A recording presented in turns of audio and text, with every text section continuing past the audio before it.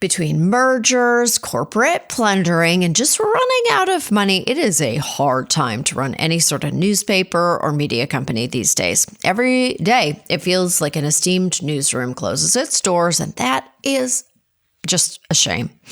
However, I'm even shocking myself with some good choice words for a news organization that has certainly seen its fair share of drama over the years. That's right. Give it up for TMZ.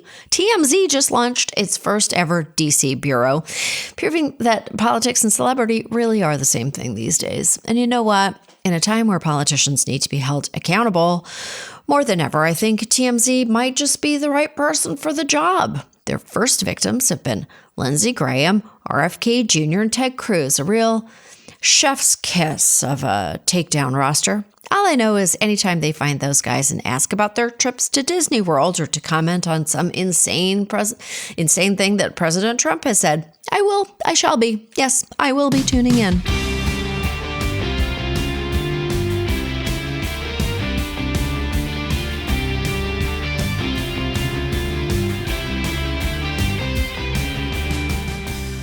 This is Choice Words. I'm Samantha Bee. My guest this week is journalist Jodi Kantor, who is here to talk about her new book, How to Start. Oh, I loved talking to her.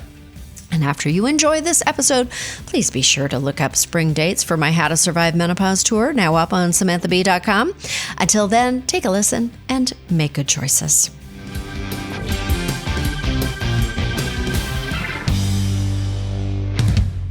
Sam, it's so significant to do this with you because you're not going to remember this, but I see you every couple of years. I always tell you this. All right.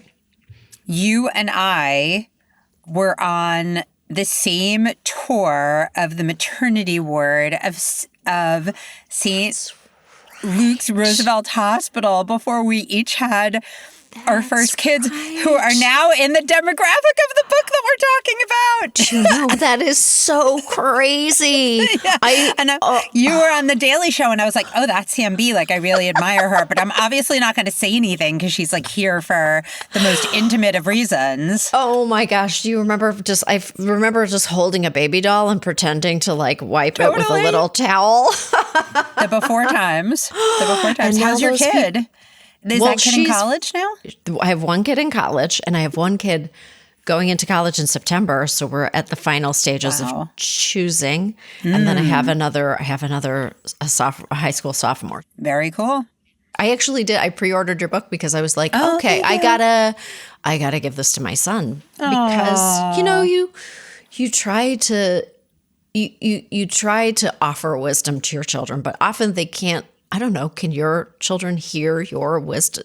Can they hear it from you, or do they have to hear it on TikTok?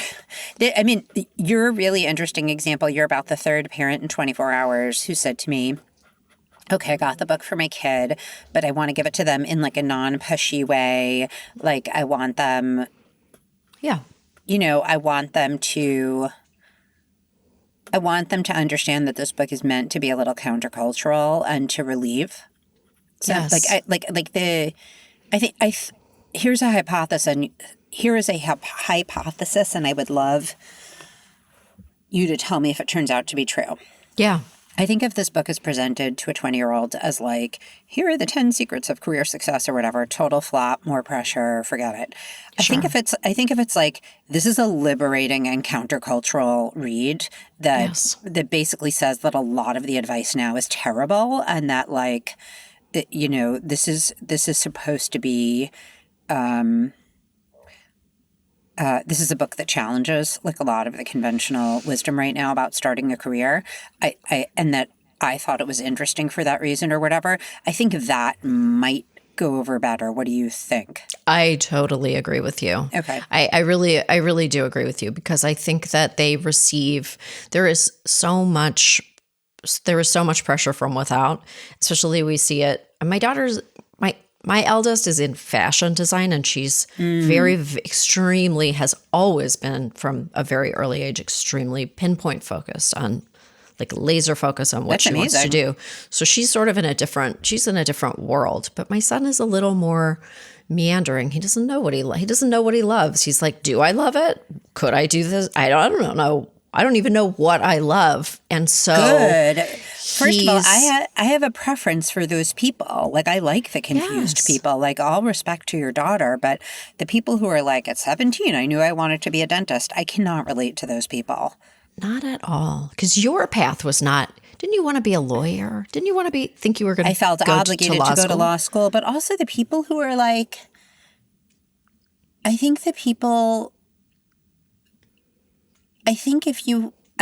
I meet too many young people who impose upon themselves a sense of false certainty about what they want to do professionally because they're afraid of struggle. But in bypassing the struggle, they are bypassing the thing that makes you become yourself. I agree with you on such a deep level. So wait. How? Well, I thought I was going to go to law school. You did? Yes. 100%. Okay, so like, I'm sure you've been asked this before, but what was the first inkling for you of that you wanted to go into comedy, and then when did it become a real thing? I can tell you exactly when there was a moment that literally was like a hand of God moment, like slapping me across the face, actually. So, and it felt like a slap across the face. It was like jarring, like physically jarring. And it was the first time that I accidentally stepped on a comedy stage and heard that first response to just my being, I'm not nervous on a stage. And I felt like I was fully alive in a way that I hadn't felt probably ever. How old were you? In my late 20s. Yeah. Late 20s.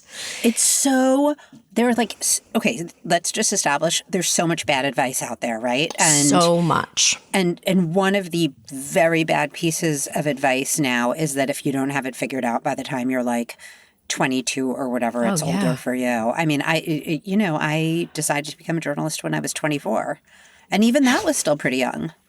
Right. That's pretty young. But that feels like the age where things start to coalesce for you. Like you kind of look at the law school, you get a chance to kind of look at the law school experience and think, gee, I'm actually much more interested in this part of the learning, or this part of I'm interested in the questions that are getting us to this place.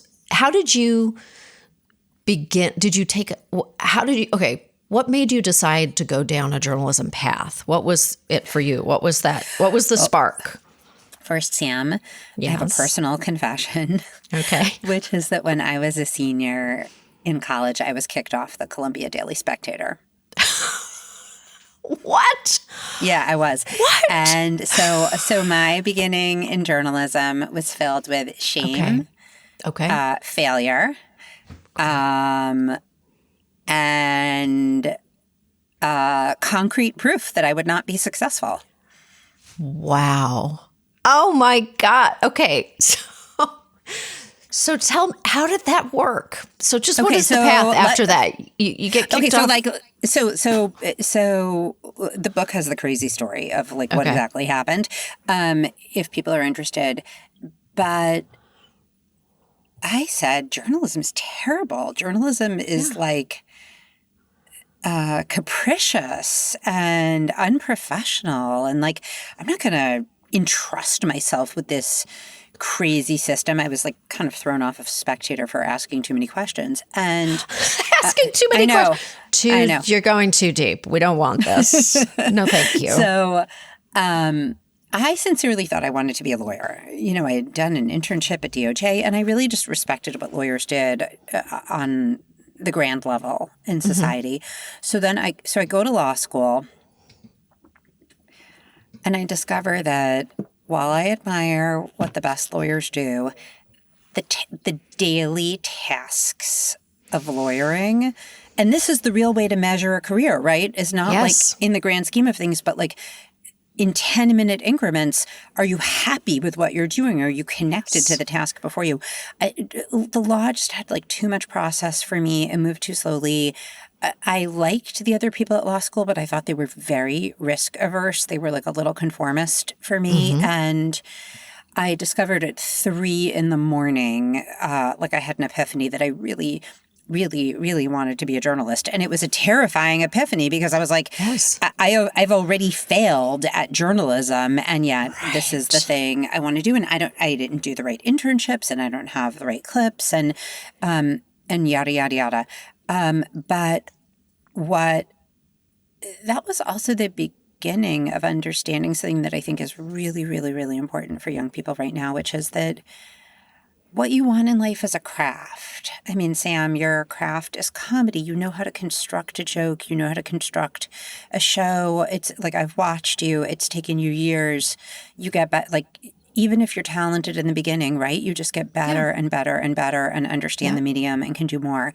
My craft is investigative journalism. You know, right now I am delving into the United States Supreme Court, illuminating its secret for the New York Times. I can only do that because I've been a journalist for a long time and I know how to do it. And so like with that crazy incident when I was an undergraduate, what I hadn't understood through that, and what a lot of student newspapers, like it's very, very hard to understand at that level, is that journalism is a craft with rigor and high standards. And it was very different from what I had experienced at SPAC. So I was lucky. I left law school. My parents were horrified. Oh, I'm sure.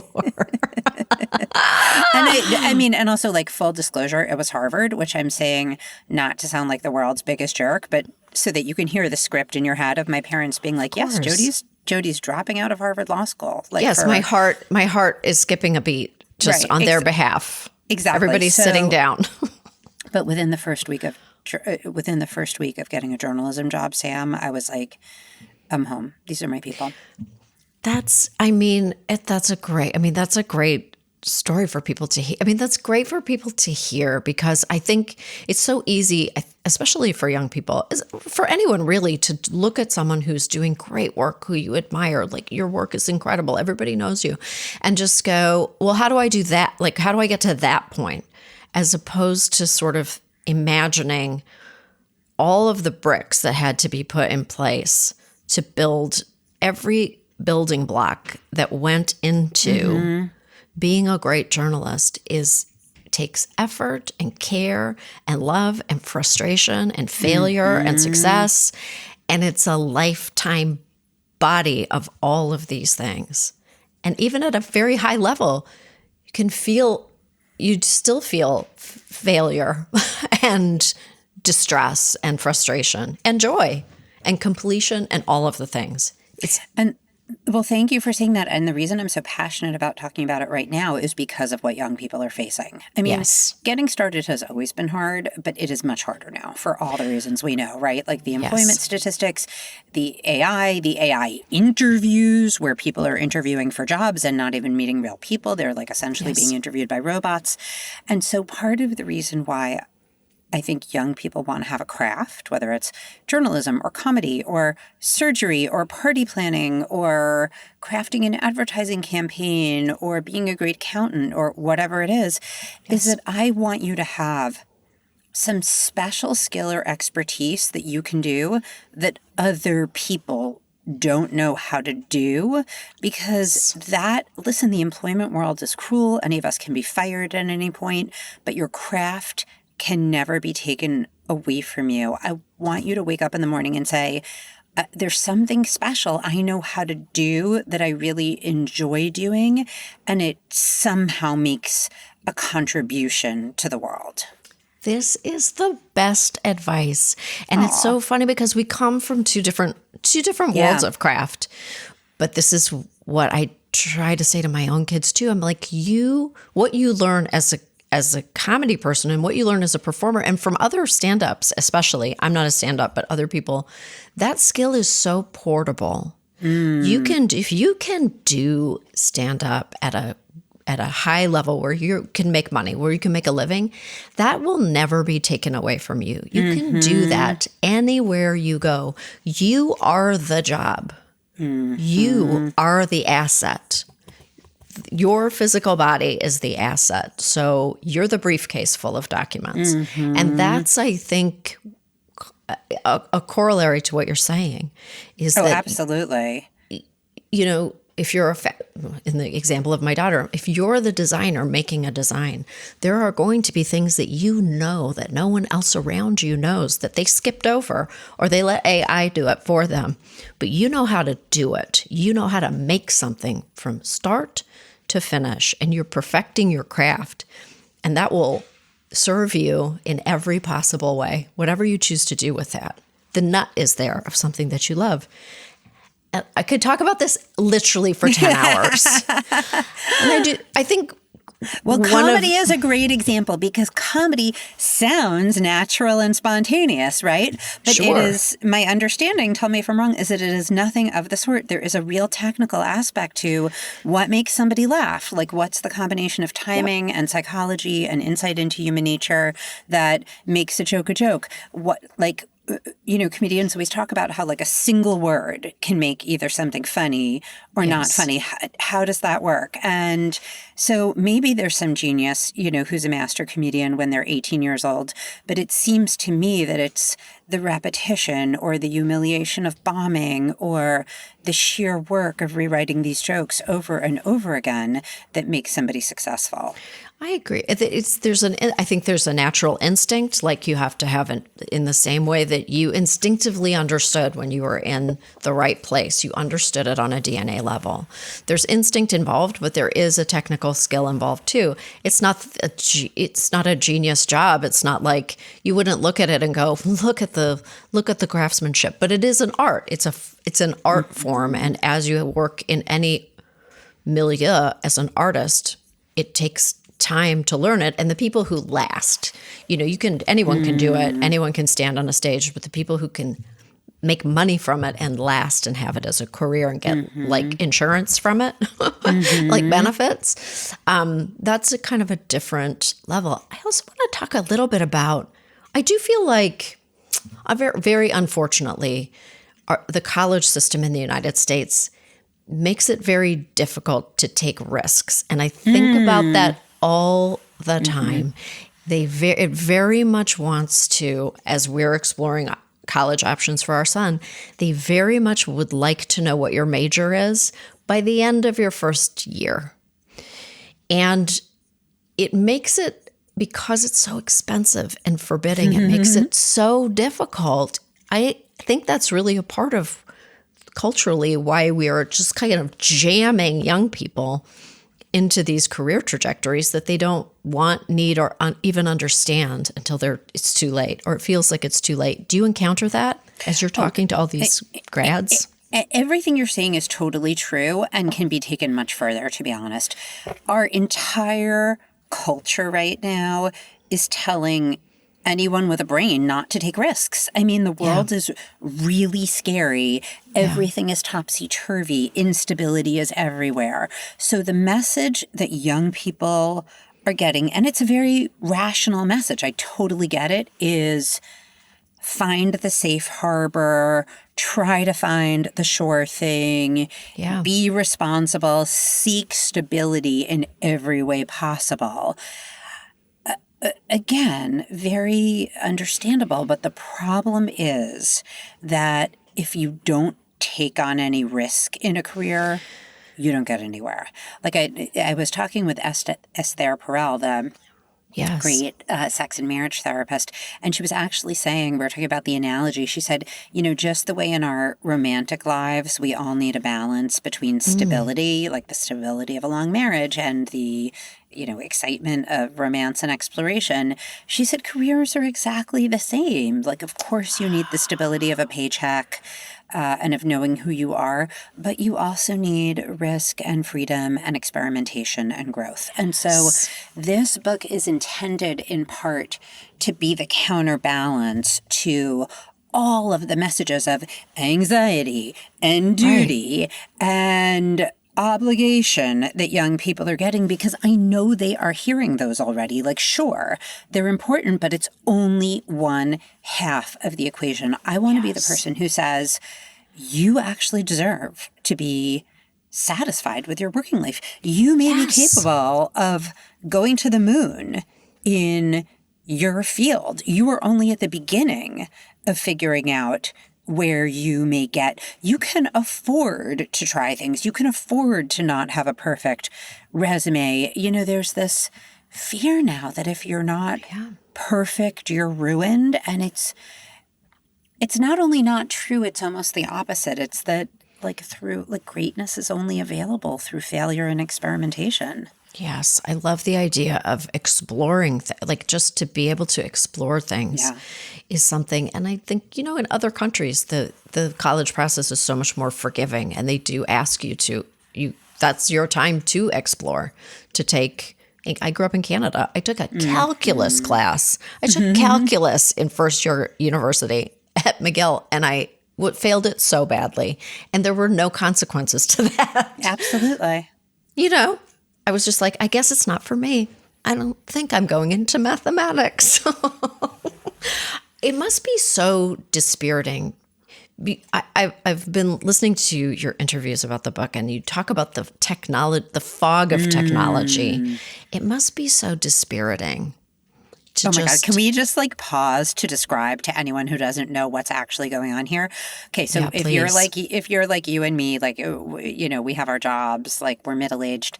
If you have not applied for a job, or if you don't have a young person in your life who's going through this right now, I have to tell you what's really happening. Hiring has been digitized, not for every job, but for a lot of them. Before we even get to the question of what AI is going to do to entry-level work, let's talk about what it's doing to applying for a job. Right. There are these massive digital interfaces. Resumes are being scanned by AI. Interviews are being performed by AI.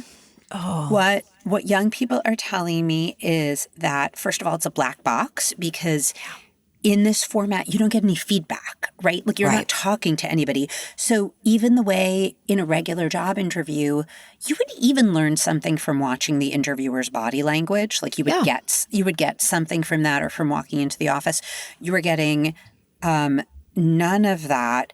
And they talk about the kind of dehumanizing and degrading experience of being interviewed by a robot. So we think of seeking employment, sure, always anxiety producing, but we think of it as a social experience filled with conversations and handshakes and sparks of ideas and learning. And what these young people are telling me is they're using one word, Sam: lonely. They're saying it's brutal. It's so this is this is the picture. This is why the book has a picture of a rising sun on the cover, because somebody needs to give them that, because they are getting this bad job news in the media. They are getting these texts from well-meaning relatives who are trying to help them, but possibly in a misguided way. They are getting doom scrolling on social media, like Instagram and TikTok, are filled with content about how difficult it is to get a job. And then when they actually apply, they're getting this, they are being treated like meatware in an anonymous employment algorithm. So what I'm working up to here is I wrote this book, but honestly, we all need to help them. If mentorship is basically at risk, I think, through all of this digitization. And, if there is some way of just being kind or providing information to a younger person about the workplace, now's the time to do it. 100%. I do. I like that. That's so funny. It's funny that you mentioned the cover of the book, because it really made my heart glad. It really is impactfully beautiful, actually, and has thank you. It's a hopeful cover. I might, for my own children's purpose, take the cover off and tell them that it's a book I found on the black market that they're not supposed to see. I'll be like, this book is forbidden in many countries of the world, but I did find you a copy, and I guess you can read it. Great things are still happening in the workplace. Look at the astronauts who just went to the moon, right? I fell down the rabbit hole of the Instagram videos because they were so inspiring, and their craft, their teamwork, their devotion to one another, their bravery, their sense of the collective. Yes. Adventure. adventure. And they literally got to the moon. They did something that, like it's been done in history, but it's still basically almost impossible. And they did it. They didn't. I can't even imagine what it must be like to just not even a young person trying to find a job now, but maybe someone who's been downsized, an older person trying to find employment right now. That just like it would feel like shooting your resume into deep space, like to the dark side of the moon. Like to the dark side the dark side of the moon. I mean, you can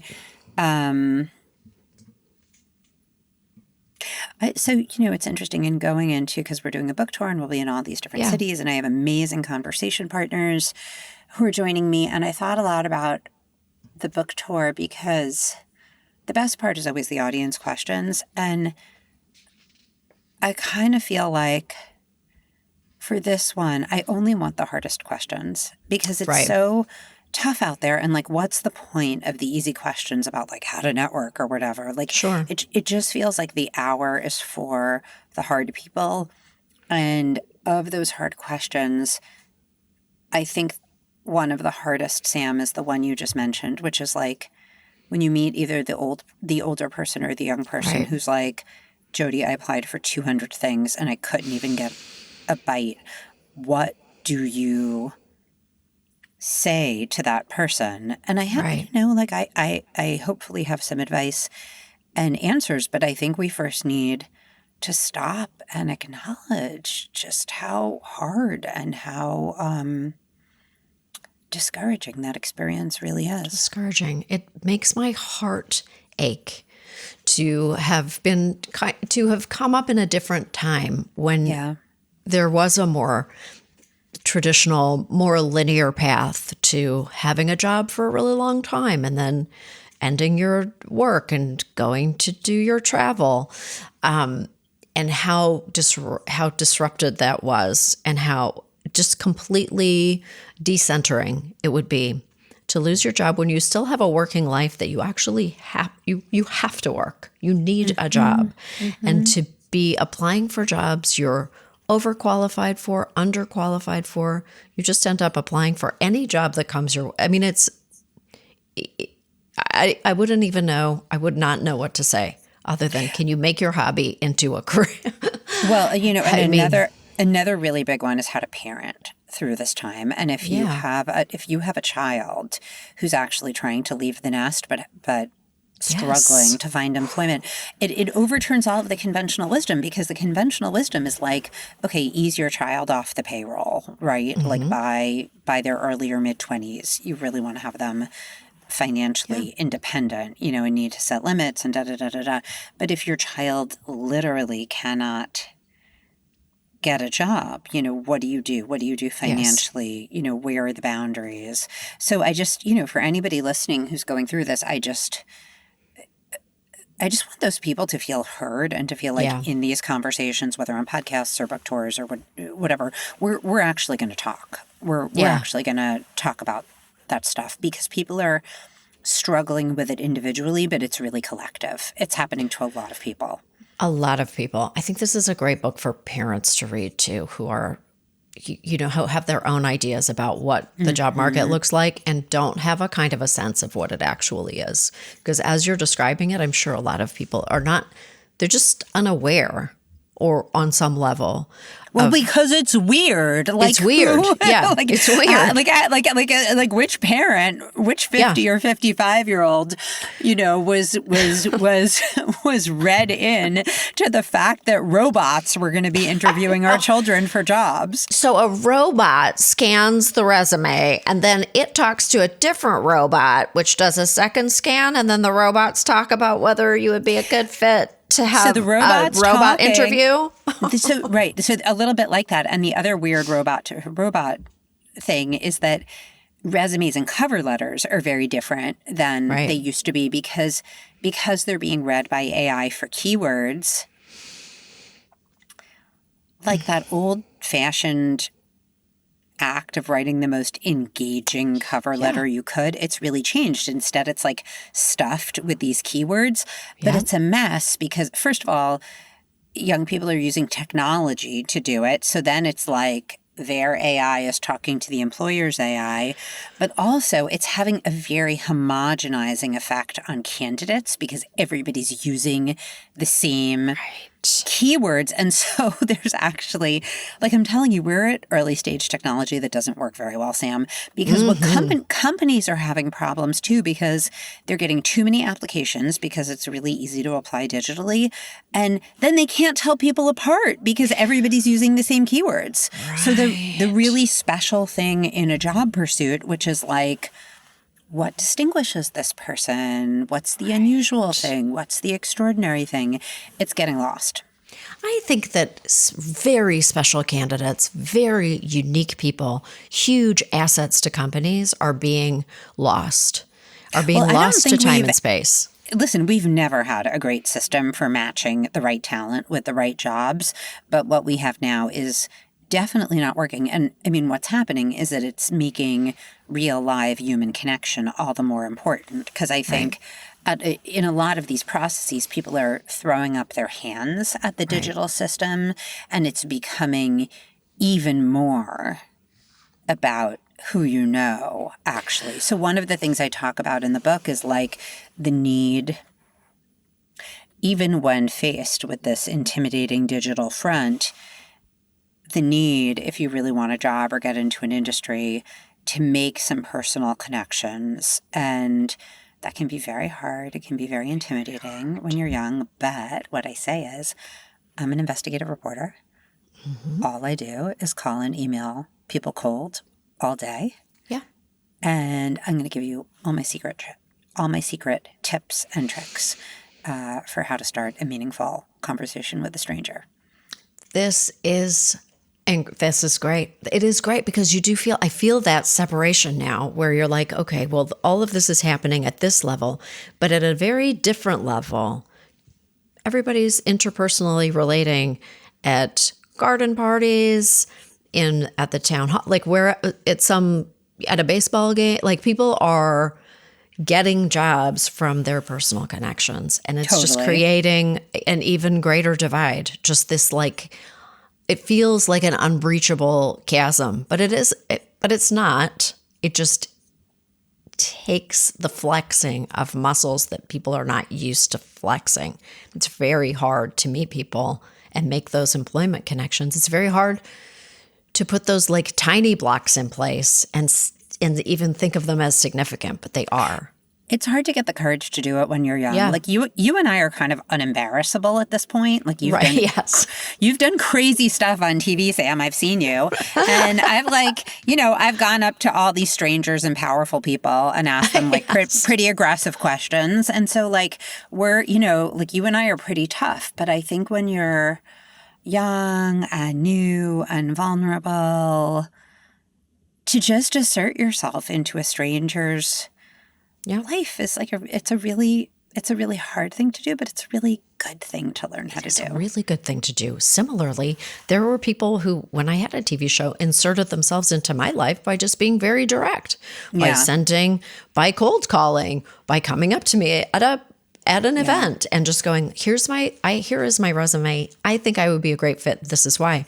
Those people, it mattered. A lot of those people came with me. It's true. So what worked for you? Like, I think this is very valuable. Given that you were on the receiving end of it, what was a bad pitch and what was a good pitch? It didn't happen. It actually didn't happen as much as you might imagine. It was kind of rare. It was a bit remarkable. And I think if the person could just... Because when you're on television, even a little bit, people think that you are larger than life. They think that you are this other type of person, but you are not. You are just a person. So what was meaningful for me in those interactions was if the person could see that I was just a normal person who they were just having an interaction with, and they could be calm. Just to be calm about it. And to have the information at the ready. Like, oh, it's really nice to meet you here. I'm a really big fan. I've watched this and this. So I'm really familiar with your work. This is what I want to do. I'd be very curious if you would be interested or willing, or if someone on your team would be willing to take a look at my work or my resume. Mm-hmm. And I'm just putting it out there. That was almost like an elevator pitch, but not too practiced.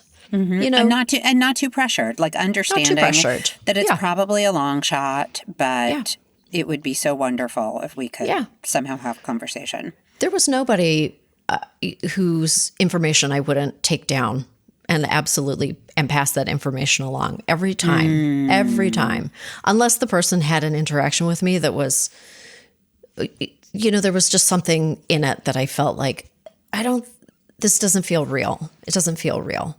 Right. But people definitely got jobs from that because they were just prepared to have a normal conversation.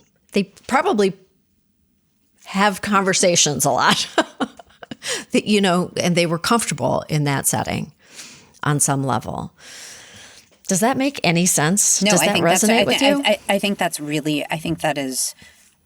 is really, really good advice. And I think that I would imagine that the people who were the best at it were people who had an authentic relationship with your work. That is very valuable. Yeah. That is actually believing that someone understanding that someone actually wants to work with you because they already like what you do and they know something about it is very important. Spelling someone's name correctly on the resume, like those things, they matter. They say, I'm familiar with you. Actually, I actually know. Like, if you interview someone and you don't know anything about them, it doesn't work. It's not real. There's nothing authentic about it. I don't know. Looking for authenticity is very much a buzzword, so it doesn't feel right. But having an interaction that here's advice that I often give, because I'm often asked, just like yourself, be a person that someone would want to work with twice. When you're in the workplace, be a person who people would work with again. That's beautifully put.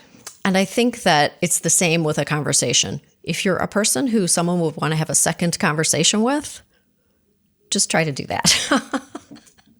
That'll mean a lot. I think also and so let's define for people if they're listening, what does it mean to be somebody with whom you'd want to have a second conversation? For me, it's about your ability to teach me something. I just really value information. And one of the reasons I value talking to young people is that they know and see things that we don't, right? Yes. Like we depend on them for freshness, insight, cool understanding a place that the culture is moving to. Yep. And like I'll get journalism students who will say, can you tell me how you and Megan Twohey broke the Harvey Weinstein story? And it's a little bit like, thank you for asking, but we did write an entire book specifically to tell you that story, and we worked really hard on it. So I would, like, if you're curious, I would just really appreciate you checking that out instead.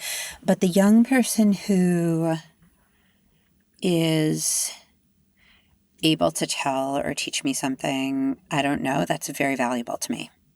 Very valuable, because young people, they see things through such a different they see things through a different lens, and that lens can be that's such a great way to see it. Yeah. Because also you and I are professional communicators, but communication is being upended, right? Yes. Like I don't speak TikTok, No. Like it took me weeks to learn to make a credible Instagram reel under the under the harsh tutelage of my 20-year-old who told me all the things not to do. And so there's a language they speak that we don't.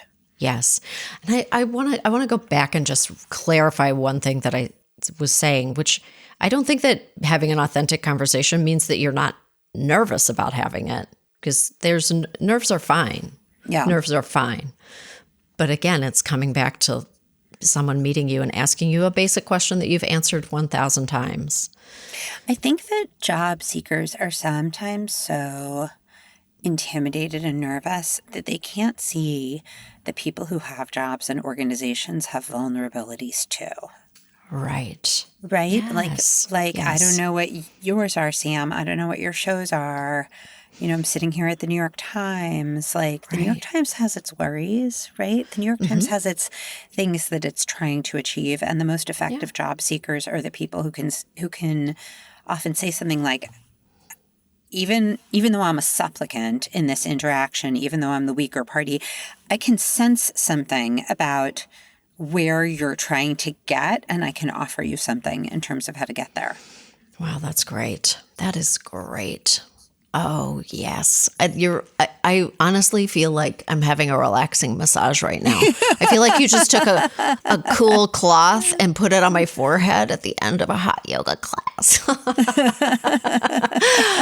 How do you tell people? Because I'm hearing, or I just was speaking to somebody who was in conversation with a lot of the Silicon Valley giants, the giants of AI, talking about, and they were speaking specifically about the J curve, right, of AI and what that means. And he was saying that all the technology people are trying to we're trying to relax him. He's in this position of this government position. And he was like, they were all trying to relax him by telling him that it was a very, that AI was just on a very natural J curve. So there would be a drop, there would be a drop in, there would be like a loss of jobs, a loss of income, a loss of all of those things. But then eventually it would rebound and be this like upward thrusting, like top of the J. And my friend was like, well, where are we on the J now? And all of the AI people were like, well, we're here at the top. Like, we're at the start of the J. So he was like, oh, so precipitous vertical drop.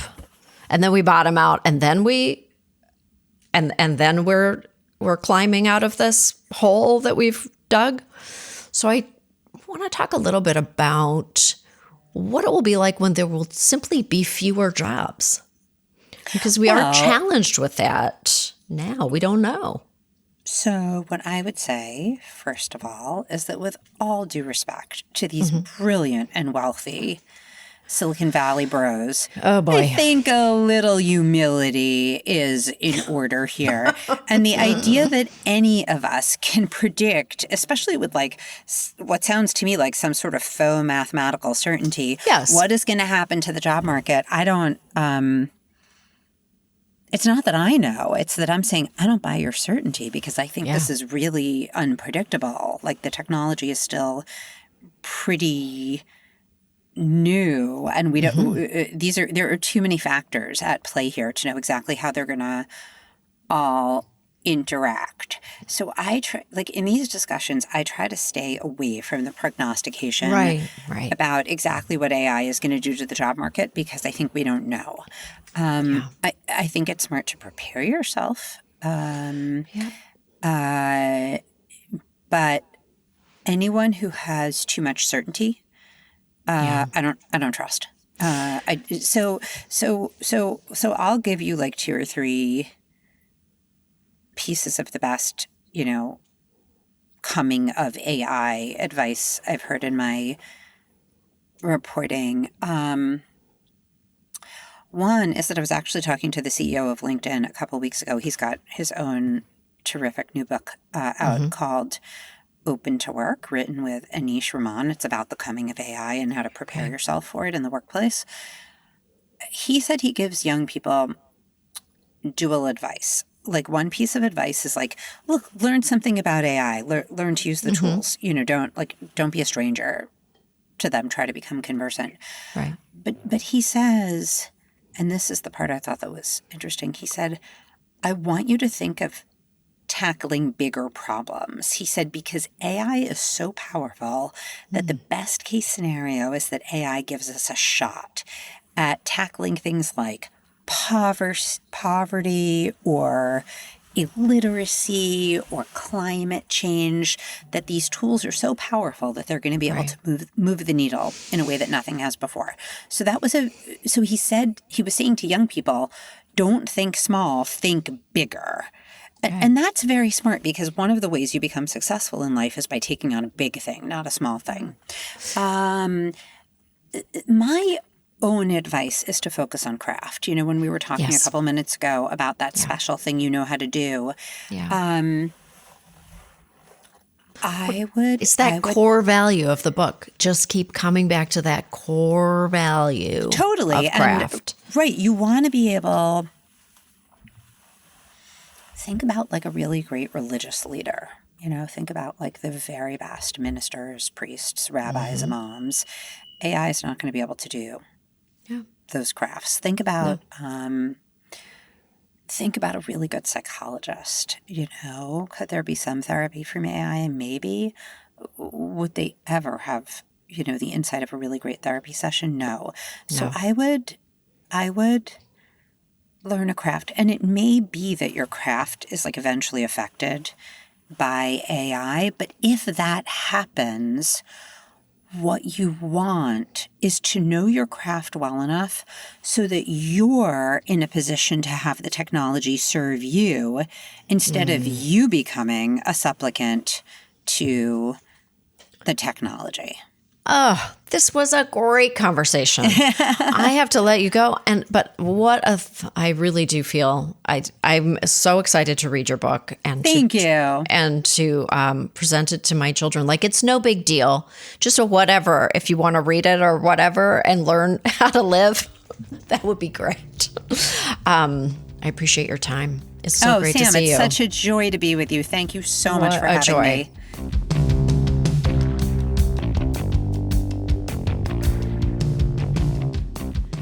That was Jodi Kantor, and I had no choice but to look up one thing. We were talking about how she dropped out of law school to pursue a career in journalism, and I just feel like so many people must start law school and decide that it's not for them. I mean, okay, so how many? Actually, I was very surprised that the attrition rate is pretty low.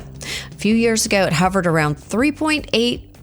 But actually, for me, from my perspective, I'm quite glad that Jodi had some other ideas for her future. Thanks for joining us. I'm Samantha Bee, and we will see you next week for some more Choice Words.